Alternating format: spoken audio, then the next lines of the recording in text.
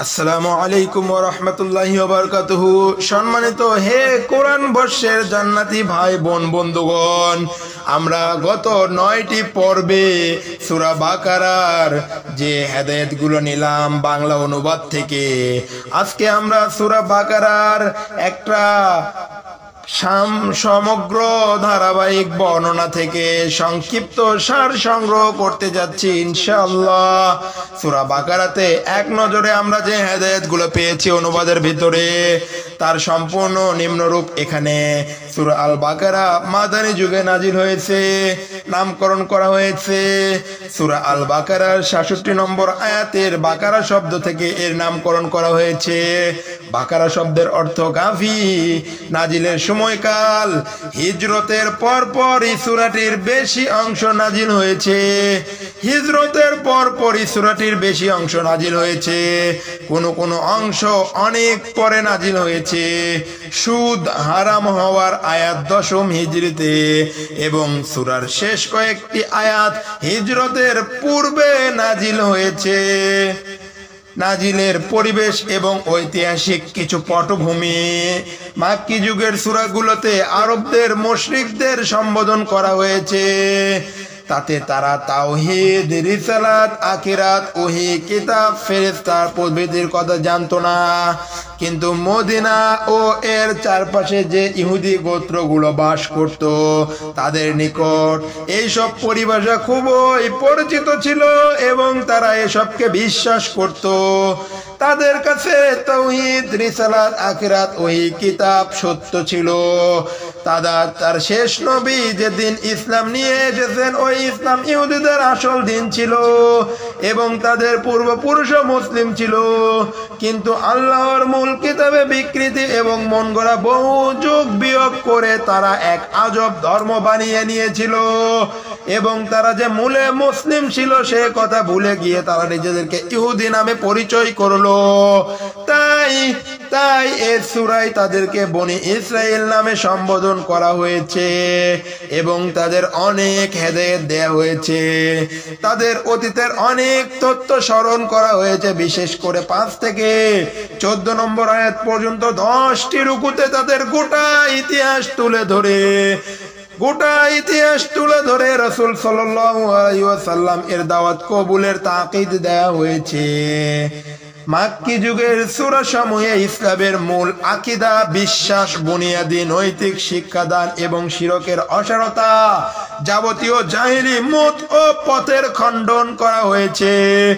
মাক্কি যুগের সূরা সমূহে ইসলামের মূল আকীদা, বিশ্বাস ও বুনিয়াদি নৈতিক শিক্ষা দান করা এবং শিরকের অসারতা, যাবতীয় জাহেলি মত ও পথের খণ্ডন করা হয়েছে। সমাজ ও রাষ্ট্র সম্পর্কে কোনো হেদায়েত তখনও নাজিল হয়নি, কিন্তু হিজরতের পর আরবের সব এলাকা থেকে মুসলিম মদিনায় আসার ফলে একটি ইসলামী রাষ্ট্রের গোড়াপত্তন হওয়ায় অর্থনীতি, রাষ্ট্রনীতি, আইন, সামাজিক রীতিনীতি ইত্যাদি দরকার হলো। তাই এ সূরার 23 থেকে 40 নম্বর রুকু পর্যন্ত এইসব বিষয়ে বিশদ হেদায়েত দেয়া হয়েছে। মদিনার এ ছোট্ট রাষ্ট্র, ইসলামী রাষ্ট্রটি তখন মাত্র কয়েকশো মুসলিমের বাস, যাদের প্রায় অর্ধেকই মুহাজিররা জন্মভূমিতে তাদের ধন সম্পদ ঘর বাড়ি ফেলে রেখে শুধু জানটুকু নিয়েই পালিয়ে এসে মদিনায় আশ্রয় নিয়েছে। অপরদিকে গোটা আরবের কাফির, মুশরিক ও অন্যান্য ধর্মের সব লোক ইসলাম ও মুসলিম জাতির দুশমন হয়েই রইল। এ অবস্থায় এ সূরায় আল্লাহ তাআলা মুসলিমদেরকে 5টি বিষয়ে প্রাথমিক হেদায়েত দিয়েছেন। কঠোর পরিশ্রম করে অমুসলিম জনগণের মধ্যে দ্বীনের দাওয়াত পৌঁছিয়ে দেওয়াই মুসলিমদের কাজ এবং শুধু পৌঁছিয়ে দেওয়াই নয়, কঠোর পরিশ্রম করে অমুসলিম জনগণের মধ্যে দ্বীনের দাওয়াত পৌঁছিয়ে দিয়ে মুসলিমদের সংখ্যা বাড়ানোর চেষ্টা করতে হবে।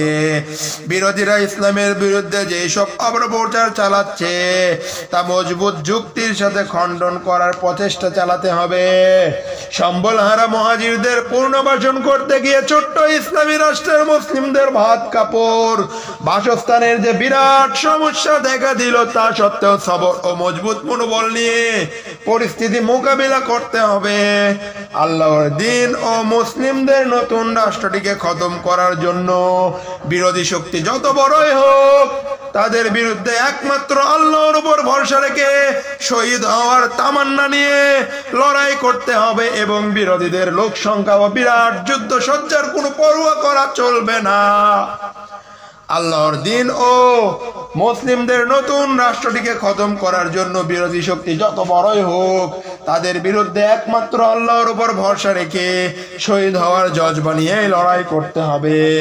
বিরোধীদের সংখ্যা ও বিরাট যুদ্ধ সজ্জার কোনো পরোয়া করা চলবে না। আরববাসী তাদের জাহেলি সমাজ ব্যবস্থা ত্যাগ করে আল্লাহর দেওয়া শান্তিময় ব্যবস্থা কবুল করতে রাজি না হয়, যদি রাজি না হয় তাহলে মানব জাতির কল্যাণের স্বার্থে শক্তি বলে তাদের শোষণমূলক ব্যবস্থা উৎখাত করে জনগণকে মুক্তি দিতে হবে। মদিনায় ইসলামী রাষ্ট্র কায়েম হওয়ার পর 4 রকমের মুনাফিক দেখা গেল। মক্কায়ও 1 রকমের মুনাফিক পাওয়া গিয়েছিল। কোরআন মাজিদে মোট 5 রকমের মুনাফিকের পরিচয় দেয়া হয়েছে। মনোযোগ দাও। বাংলাদেশের ক্ষেত্রে বাংলাদেশিরা যদি জাহেলি সমাজ ব্যবস্থা ত্যাগ করে আল্লাহর দেওয়া শান্তিময় জীবন ব্যবস্থা কবুল করতে রাজি না হয়, তাহলে বাঙালি জাতির কল্যাণের স্বার্থে শক্তি বলে তাদের শোষণমূলক ব্যবস্থা উৎখাত করে জনগণকে মুক্তি দিতে হবে এবং ছাত্র শিবির সহ ইসলামিক দলগুলোই এ দায়িত্ব নিয়ে কোরআন সুন্নাহকে জাতির মডেল হিসেবে বাস্তবায়ন করার জন্য প্রস্তুতি নিতে হবে। মদিনায় ইসলামী রাষ্ট্র কায়েম হওয়ার পর 4 রকমের মুনাফিক দেখা গেল। মক্কায় 1 রকমের মুনাফিক পাওয়া গিয়েছিল।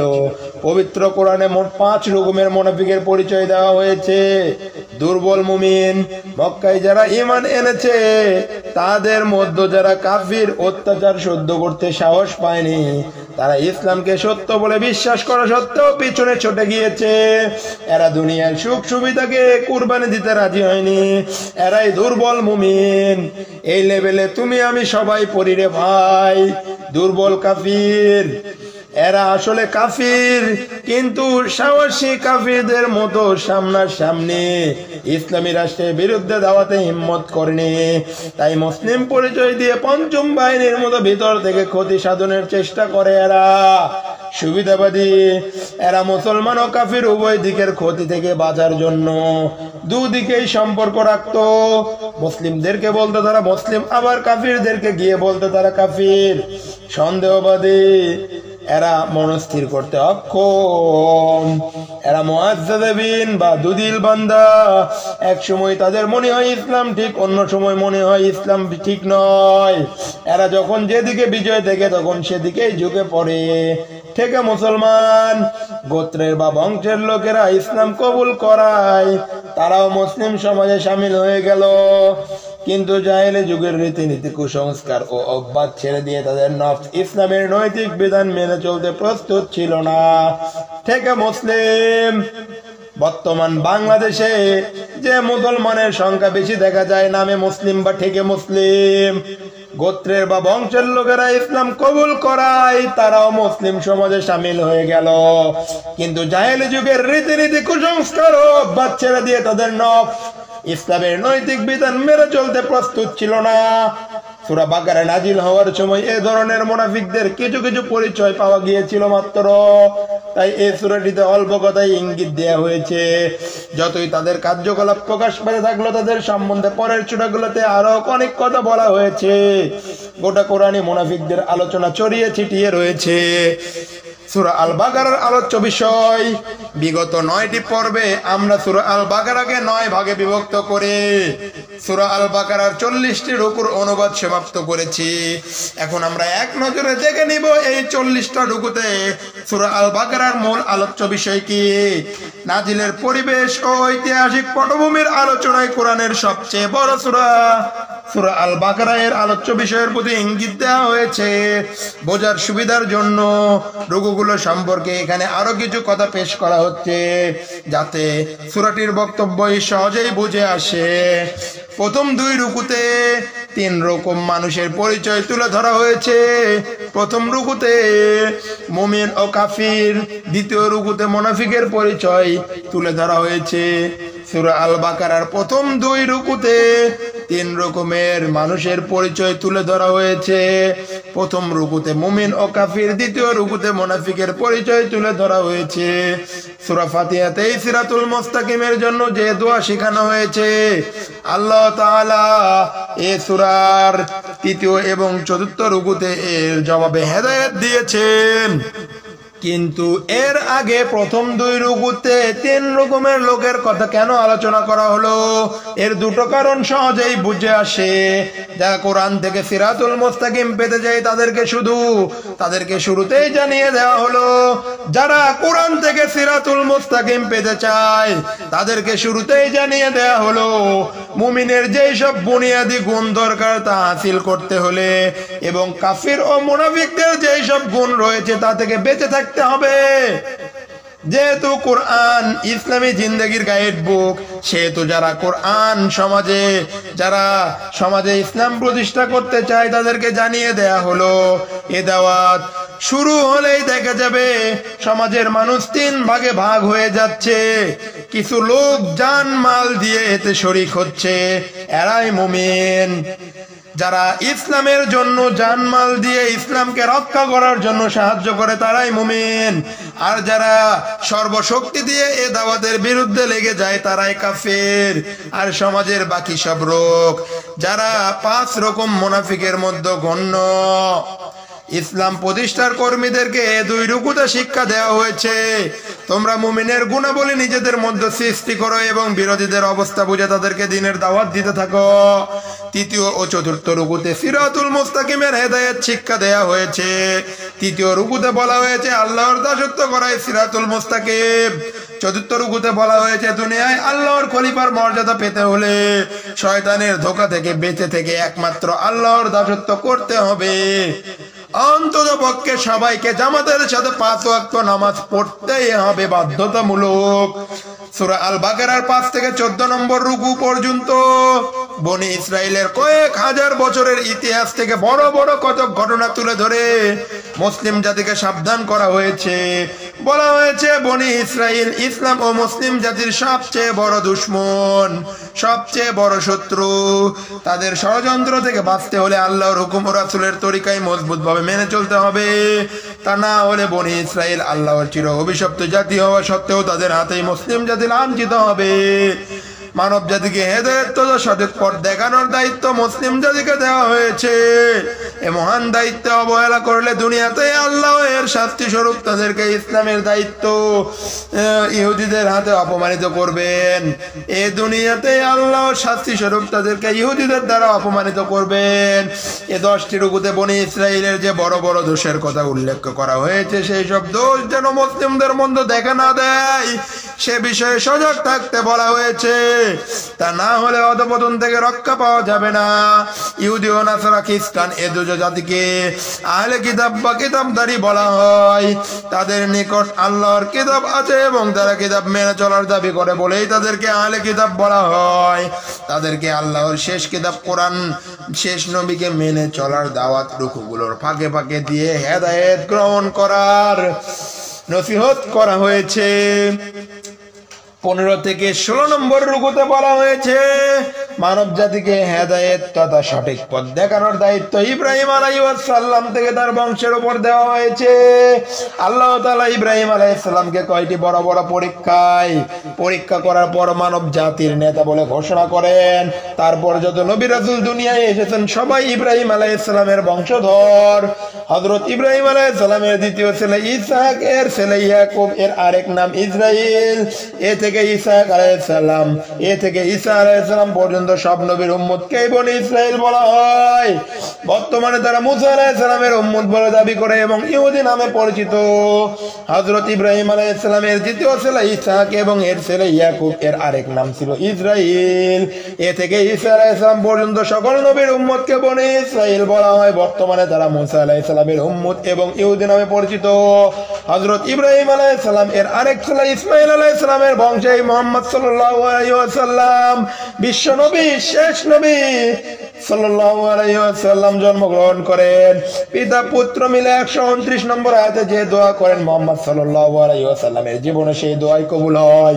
ইব্রাহিম আলাইহিস সালাম ও ইসমাঈল আলাইহিস সালাম, ইয়াকুব আলাইহিস সালাম যে খাঁটি ইসলাম মেনে নিয়েছেন, শেষ নবী ওই মিল্লাতের উপরে চলেছেন। এর রুকুতে ইঙ্গিত দেওয়া হয়েছে বনি ইসরাইল ইসহাক আলাইহিস সালামের বংশধর মানব জাতিকে হেদায়েত করার দায়িত্ব পালনের যোগ্যতা হারিয়ে ফেলেছে, তাই বনি ইসমাইলের নিকট এই দায়িত্ব অর্পণ করা হলো। 17 ও 18 নম্বর আয়াতে কিবলা পরিবর্তনের আলোচনা করা হয়েছে। এ দুটো রুকুতে নাজিল হয় পূর্ব পর্যন্ত, এ দুটো রুকু নাজিল হওয়ার পূর্ব পর্যন্ত রাসূল সাল্লাল্লাহু আলাইহি ওয়াসাল্লাম জেরুজালেমে অবস্থিত মসজিদুল আকসা বাইতুল মাকদিসের দিকে মুখ করে সালাত আদায় করেছেন। বনি ইসরাইলের স্বর্ণযুগে দাউদ আলাইহিস সালাম এর জেরুজালেম বিজয়ের পর থেকে বাইতুল মাকদিস কিবলার মর্যাদা লাভ করে। হিজরতের পর মদিনায় ইসলামী রাষ্ট্র কায়েম হওয়ার পর বনি ইসরাইলের নেতৃত্ব কায়েম হওয়ার রাসূল সাল্লাল্লাহু আলাইহি ওয়াসাল্লাম কিবলা হওয়ার প্রয়োজন বোধ করে বারবার এ বিষয়ে ওহির আশায় উপরের দিকে তাকাতেন। এই দুটো রুকুর মাধ্যমে আল্লাহ তাআলা কিবলা পরিবর্তনের হুকুমের নাযিল করেন। 19 নম্বর রুকুতে উম্মতে মুহাম্মাদকে জানিয়ে দেওয়া হয়েছে মানব জাতিকে হেদায়েতের দায়িত্ব পালনের মাধ্যমে আল্লাহর নিকট তোমাদের যে মহান মর্যাদা রয়েছে তা এত সহজে হাসিল হতে পারে না। এ দায়িত্ব জান ও মালের বিরাট কুরবানি এবং বিরোধী শক্তির মোকাবেলায় কঠিন সবর দাবি করে। শহীদ হওয়ার জজবা ছাড়া এ পথের সাফল্য আশা করা যায় না। শহীদ হয়ে চিরজীবন লাভের কামনায় এ পথের আসল পথে। 19 নম্বর রুকুতে উম্মতে মুহাম্মাদীকে জানিয়ে দেওয়া হয়েছে মানব জাতিকে হেদায়েতের দায়িত্ব পালনের মাধ্যমে আল্লাহর নিকট তোমাদের যে মহান মর্যাদা রয়েছে তা এত সহজেই হাসিল হতে পারে না। এ দায়িত্ব জান ও মালের বিরাট কুরবানি এবং বিরোধী শক্তির মোকাবেলায় কঠিন সবর দাবি করে। শহীদ হওয়ার জজবা ছাড়া এই পথে সাফল্য লাভ করা যায় না। শহীদ হয়ে চিরজীবন লাভের কামনায় এ পথের আসল পাথেয়। 20 নম্বর রুকুতে আসমান জমিন এর মাঝে যা আছে আর রাত দিনের আবর্তনের মধ্যে যা আছে গভীরভাবে চিন্তা ভাবনা করে তাওহীদের চেতনা সৃষ্টি করে আল্লাহ রাব্বুল আলামিন অন্য কোন সত্তা ও শরীক থেকে সতর্ক করা হয়েছে। আল্লাহ রাব্বুল আলামিন 20 নম্বর রুকুতে আসমান ও জমিনের মাঝে যা আছে রাত ও দিনের আবর্তনের মাঝে গভীরভাবে চিন্তা ভাবনা করে তাওহীদের চেতনা সৃষ্টি করেছেন এবং আল্লাহর সাথে অন্য কোন সত্তা ও শক্তিকে শরীক করা থেকে সতর্ক করেছেন। 21 থেকে 39 নম্বর রুকুতে আল্লাহ তাআলা প্রাথমিক বিধান নাজিল করেছেন। খাদ্যের হালাল হারাম, সুদ, খুনের বিচার, যুদ্ধের বিধান, মদ, জুয়া, বিয়ে, হায়েস, তালাক, দান, খয়রাত, লেনদেন, সুদ ইত্যাদি কতক বিধিবিধান। এছাড়াও মুত্তাকির পরিচয়, রমজানের রোজা, হজ, উমরার কতকগুলো মাসলা মাসাইল। এর মধ্যে পূর্বের নবীগণের কিছু ঘটনা উল্লেখ করা হয়েছে। 40 নম্বর রুকুতে একটি দোয়া শিক্ষা দেওয়া হয়েছে। এতে আল্লাহকে ভয় করে নবীগণের প্রতি ঈমান রেখে চলার নির্দেশ দিয়ে ভুল ত্রুটি মাপের জন্য অত্যন্ত আবেগময় ভাষায় যে দোয়া শিক্ষা দেওয়া হয়েছে। রাসূল সাল্লাল্লাহু আলাইহি ওয়াসাল্লাম ইরশাদ করেন সূরা বাকারার শেষ অংশ আল্লাহর শ্রেষ্ঠ রহমত। রাসূল সাল্লাল্লাহু আলাইহি ওয়াসাল্লাম ইরশাদ করেন সূরা বাকারার শেষ অংশ আল্লাহর শ্রেষ্ঠ রহমত, এটা আরশের নিচের রহমতের ভান্ডার থেকে এ উম্মতকে দেয়া হয়েছে। সম্মানিত কোরআন বর্ষের হে জান্নাতি ভাই বোন বন্ধুগণ, সূরা আল বাকারা 286 আয়াত বিশিষ্ট একটি সূরা, পবিত্র কোরআনের সবচেয়ে বড় সূরা, 40টি রুকু এবং মদিনায় নাজিল হয়েছে। এই সূরা 9টি পর্বে আমরা সমাপ্ত করেছি। তার প্রাথমিক তথ্য এখানে বর্ণিত হলো। আল্লাহ রাব্বুল আলামিন আমাদের সবাইকে সূরা আল বাকারার হেদায়েত গ্রহণ করার তৌফিক দান করুন। আল্লাহুম্মা আমিন।